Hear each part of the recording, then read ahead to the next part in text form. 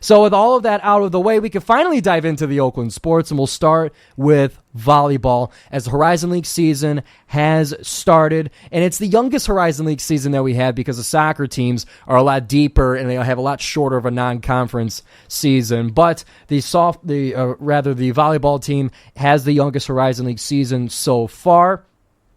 Also, Emily Wickman of the volleyball team was named the Oakland Female Player of the Week for her performance over Milwaukee on the defensive side, as she is the reigning Defensive Player of the Year for the Horizon League in volleyball. So shout out to Emily Wickman for continuing the dominance on the defensive side for the black and gold.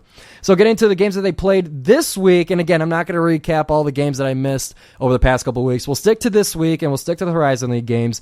It was a double header over the weekend, and I used the word doubleheader incorrectly. It was a Friday and a Saturday match against Milwaukee, both of which were at home at the OU Credit Union Arena, and both of them went to 5. And unfortunately, both of them also ended in a Game 5 loss for the Golden Grizzlies, as Milwaukee would get out of here with 2 wins in the Horizon League season. We'll start off with Friday's game, where Oakland was the one that had the 2-game lead after 2 sets, but unfortunately it was the reverse sweep that got the best of Oakland. In the first 2 games, it was 25-17 Oakland, 25-23 Oakland. It was a lot closer, but then in extra points and extras, I believe extra points would be the proper term for volleyball. It would be 26-24, win by 2 for Milwaukee. Then 25-19 in Game 4. Milwaukee ties it up, sends it to Game 5. And in Game 5, it would be 15-10. Panthers take the match. And a similar story would happen in the second game, that one being played on Saturday, also in the OU Credit Union Arena. The first one was Inclusion Day. The second one was OU Recwell Day. But that one was Oakland bringing it to 5 sets as opposed to Milwaukee being the one to bring it to 5 sets. As Milwaukee ended the third set with a 2-1 lead, one more would have been the winner. But Oakland would force a set 4. Or rather, win the set 4. Forgive me, I'm trying my best to follow through here. Oakland would win set 4, 25-21, before falling in set 5 again, 15-10, similar to that of the first game. So unfortunately, that leaves Oakland winless in the Horizon League season so far, an overall record of 4-10, with upcoming matches including today as of this recording, October 1st at 7:10 p.m. They are currently playing Cleveland State at Cleveland State, and I will go and take a look at the live score right now, and we'll keep you up to date with it throughout the show as I get to see the stats themselves. But for now, Oakland in their current match against the Vikings, they're just started the third set. Cleveland State won the first one, but Oakland won the second, and Oakland currently up 3-1 in set 3. So that's where we stand right now against the Vikings. Otherwise, Oakland would be home for another weekend matchup against the Horizon League foe, this one being Robert Morris, October 4th, that being Friday at 6 p.m., and then October 5th, Saturday at 2 p.m., they would face the Robert Morris Colonials for a Dig for a Cure cancer awareness game on Friday, and a faculty and staff appreciation night for the Saturday game. So that will wrap it up for the volleyball update here on the GioMoShow. And before we continue into the women's soccer segment, I got to give a shout out to our radio station, WXOU, and our YouTube channel for the sports, WXOU Sports. You can subscribe to WXOU on Sports for all of our broadcasts and sports content. That includes live audio broadcasts of Oakland University games. That includes interviews with athletes and coaches, highlights, and more.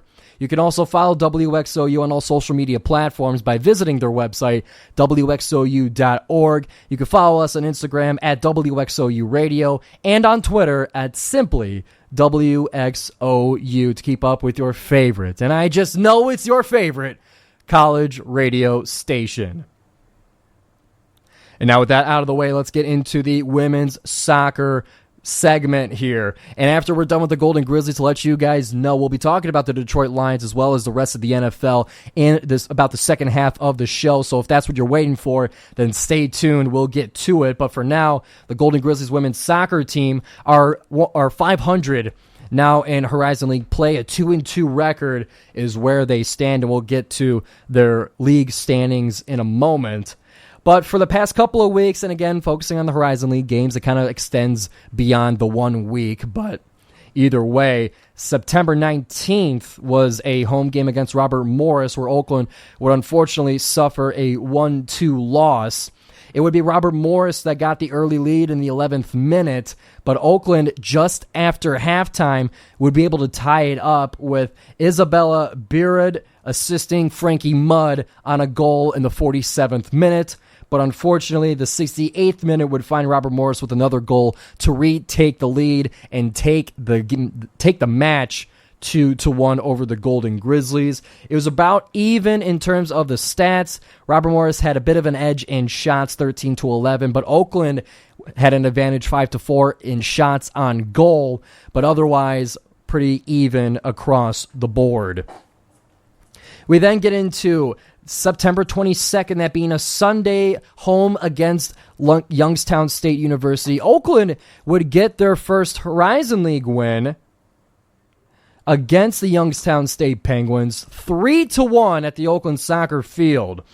This one would be a dominant performance by the Golden Grizzlies. After they're giving up 1 goal in the 16th minute, Oakland would rally off 3 unanswered to get to the 3-1 final score that we have.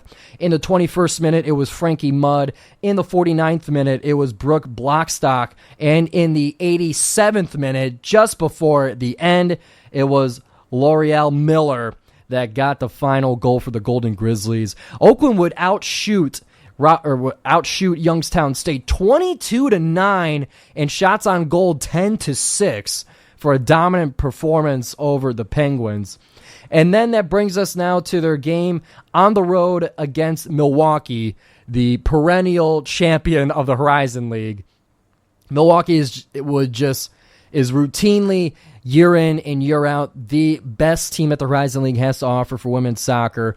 Oakland taking a loss 1-0 in Milwaukee as part of their Wisconsin trip they took last weekend, that being September 26th against Milwaukee, and then the 29th against Green Bay. But for the game against Milwaukee, Milwaukee would be the one that was doing the dominating in the statistics. 20-7, they outshot Oakland, 7-4 in shots on goal, and 12-0 in corner kicks taken for the Panthers. For Oakland, only giving up 1 goal, that being 6 saves for Julia Zangurl on the day, 4 saves on all 4 shots on goal for Milwaukee. But Oakland would turn things around as part of that Wisconsin trip. They would take the win over Green Bay 1-0. And looking into this one, in the 43rd minute, the lone goal scored in the game would be by Shannon Brown, assisted by Marina Downing, where Green Bay would be the one to dominate, or I guess dominate is more of a relative term, but 12-8, Green Bay outshot Oakland, and even 5-4 in shots on goal. Oakland had no corner kicks while Green Bay had 4, but yet Oakland was able to make those shots count, scoring the 1 goal, being enough to win against Green Bay to even out their Horizon League record at 2-2, which puts them 6th in the league as of right now. Tied with Northern Kentucky with 6 league points, and 6th place is the cutoff for the Horizon League playoffs. If you guys remember from last season, the women's soccer season was cut short as a last regular season match against Detroit Mercy would be the deciding factor as to who got that last spot in the tournament, but unfortunately Detroit Mercy knocked Oakland out. So currently Oakland sitting what would be in a playoff spot. So we'll see how they do to maintain that throughout the rest of the season. And they will they will try and prove to keep that spot as they go on the road against Purdue Fort Wayne. That being October 5th, this Saturday on the road in Fort Wayne. And then they will come home for Senior Day and Gold Out on October 13th on a Sunday at 1 p.m. They'll be hosting the Wright State Raiders. And then on October 17th, breast cancer awareness / pink out will be October 17th, a Thursday at 5 p.m., hosting Northern Kentucky. And that will wrap us up here for the women's soccer. I hope I don't feel like I'm rushing here, but we got a lot of ground to cover, so bear with me here as we get through it. We'll get to the NFL in the second half here, just after all of our Oakland sports. But before we get into now the men's soccer section, I want to tell you about Jake's Takes. If you're looking for in-depth coverage of all professional sports, along with interviews with college coaches and athletes, both from Oakland and outside, then check out Jake's Takes. Hosted by Oakland men's basketball manager Jake Masucci, Jake's Takes is your place to be for all things sports. He is in the middle of his college coaches and athletes interview series that includes Oakland's own Baru Navalurua, assistant coach Bobby Naubert, and former Golden Grizzly, now Washington Husky, Chris Conway. So you could go and subscribe to Jake's Takes. Follow him on social media at Jake's Takes. That's at Jake's Takes with a dot after the first K is the handle for him on Instagram. Look for the yellow logo as you look for Jake's Takes. And now let's get into the men's soccer segment here, as they are about halfway through their Horizon League season, much like the women are. And Alex Flowers is part of our initial headlines, being the Oakland Male Player of the Week for his recent performance, a shutout against IU Indy, which is formerly known as IUPUI, formerly known as Uipui, formerly known as Indiana University, Purdue University of Indianapolis. Did you get all that? So now they're IU Indy, the Jaguars. But that being the reason for awarding Alex Flowers, the goalkeeper for the Golden Grizzlies men's soccer team, with Player of the Week. So talking about their Horizon League season so far, they started on September 14th against Cleveland State, where promoted to head coach Paul Duro got his first Horizon League win against Cleveland State at home, 2-1 over the Vikings. And looking at that game, the Vikings got the initial lead in the 15th minute, but not long after, Oakland would respond with a goal by Carson Bala, unassisted, and then before halftime in the 42nd minute, Jack Klomperens would get the lead for the Golden Grizzlies in a match where they were statistically dominated, where Cleveland State had 19 shots and 11 on target. Oakland only have 9 and 4 respectively. Oakland 10 saves, Cleveland State only 2, and Oakland had 5 saves in each half as well, splitting it even. Cleveland State had 8 corner kicks and Oakland had none, but the fouls is where it got about even. Oakland 10, Cleveland State 9, but despite all the numerical disparities, there's some thesaurus use for you, Oakland was still able to get the win here by making their 4 shots on goal count to get the 2-1 victory over the Cleveland State Vikings on September 14th. They then play an out-of-conference game at home against Loyola Chicago. They win that 2-1, and then head on the road for Northern Kentucky. This one would end in a draw, a 1-1 draw to be exact. Oakland scored the first goal in the 19th minute by Abdul Al-Rashed. A goal unassisted by Al-Rashed. But in the second half, Oakland would give up the lead as Northern Kentucky would score in the 59th minute, and that's where the score would be tied. Again, 1-1 was a draw in conference play. Just about even statistically, Oakland had less shots, but more shots on goal than the Norse. I had to make sure I look at their logo. Against the Norse, Northern Kentucky had 15 shots, Oakland had 13, but NKU 4 on goal, 7 for Oakland. If you're keeping up with all the numbers here, I apologize if it is numerical soup when it comes to going over these stats. I hope you guys can follow along here.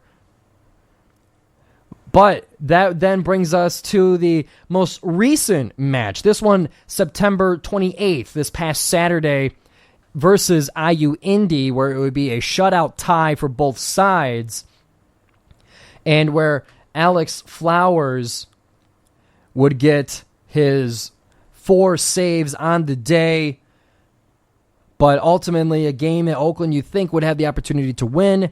They outshot both in shots taken and those on goal. 9-0 for corner kicks for Oakland, but just could not unfortunately could not get any of them through. 11 of Oakland's 13 shots came in the second half as well, but none able to get through.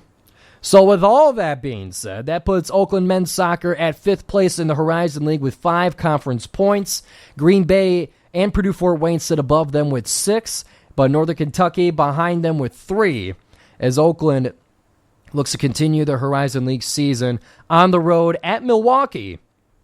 This Saturday at 2 p.m., they will be on the road against the Panthers. They will also make a trip to DePaul and Chicago on October 8th before they return home on October 12th to host Purdue Fort Wayne. And again, Purdue Fort Wayne sitting above Oakland in the 3 spot with 6 points. And remember, Oakland has 5, so that one is sure to be a big Horizon League tournament seeding match for throughout the season. So keep an eye on that one, October 12th at 2 p.m. at the Oakland Soccer Field.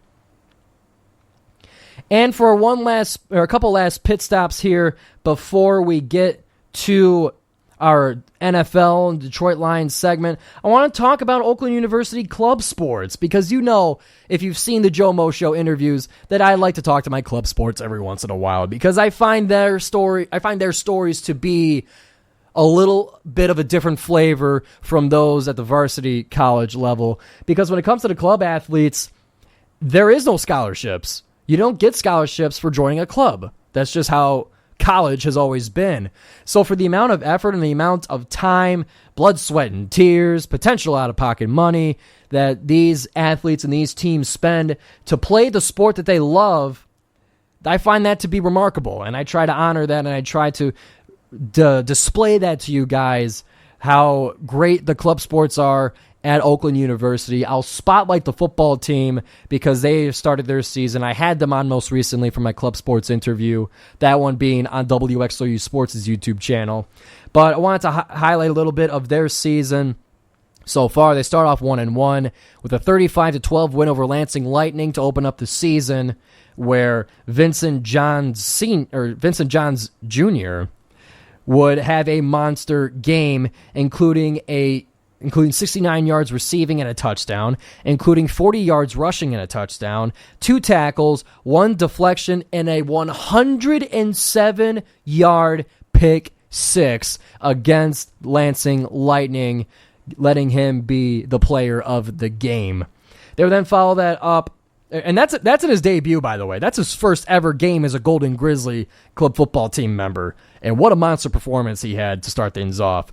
But Oakland, unfortunately, would not have the luck continue. As you heard right here on WXOU live from the Atlanta Track and Field Complex, Oakland would suffer a 37-15 loss against Wright State as part of their Great Lakes, I believe Great Lakes East Conference part of their season. So they now start their season 1-1.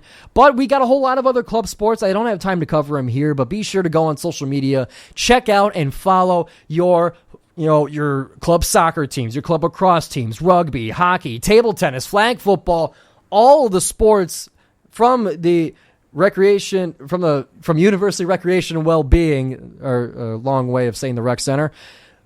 They got a whole lot of sports going on, and it means the world to these athletes to see you guys come out and support. Seeing the games is free. All you got to do is look in their social media and find out when and where the games are, and you got your ticket to experiencing club sports. So definitely keep an eye out on them, see what they're up to, let them know that you're in support of what they got going on. And one last segment, we're making a pit stop here on Instagram because I recall seeing something from Oakland Track and Field, but it has not entered my notes yet. So we will go and take a look, because we got some big Horizon League news as far as the runners are concerned, where it would be a clean sweep of Horizon League cross country honors, where Genevieve Kushner-Lopez would be the female runner of the week, and Josiah Magley would be the male runner of the week. And Maya Conway would be the freshman woman runner of the week. and Bryce Nowick would be the male freshman runner of the week. That is all 4 weekly honors going to the Golden Grizzlies cross-country team. Remember, the women's team is the reigning Horizon League champions, and the men's team not far behind in third place in last year's Horizon League championship meet. So all 4 honors going to the cross-country team. Congratulations to all of you on having a fantastic week of running and running forward. And we wish you luck on continuing to run forward. I'm sorry I say that in jest, obviously. My younger brother is a cross-country runner, so I understand the work that goes into it and the misery you guys endure for fun. You guys are nuts. Anyway, that's going to bring us now to the end of the Oakland Sports segment here. We're getting into halftime here, leaving the second half of the show dedicated to the NFL and the Detroit Lions, fresh off the heels of a big win on Monday Night Football against the Seattle Seahawks, and we'll review the GioMoShow picks from last week and how this week was my best week at picking the games that happened in Week 4. We'll talk all about it here on the GioMoShow on 88.3 FM WXOU right after the break.